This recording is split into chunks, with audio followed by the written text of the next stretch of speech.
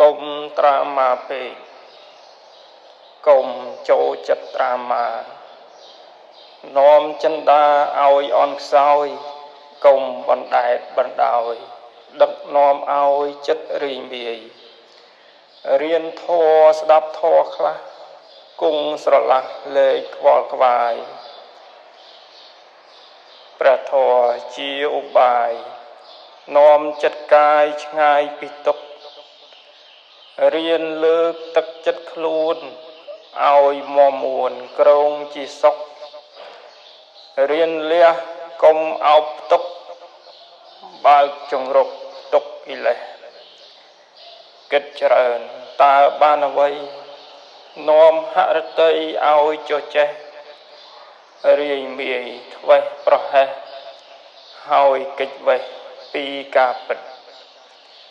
រៀនព្រមទទួលយកហេតុផលមកត្រេះរិះគិតរៀនត្រាប់តាមបណ្ឌិតទើបជីវិតមានពន្លឺថ្ងៃទី15 ខែ 3 2025 និពន្ធដោយឈៀនវាសនា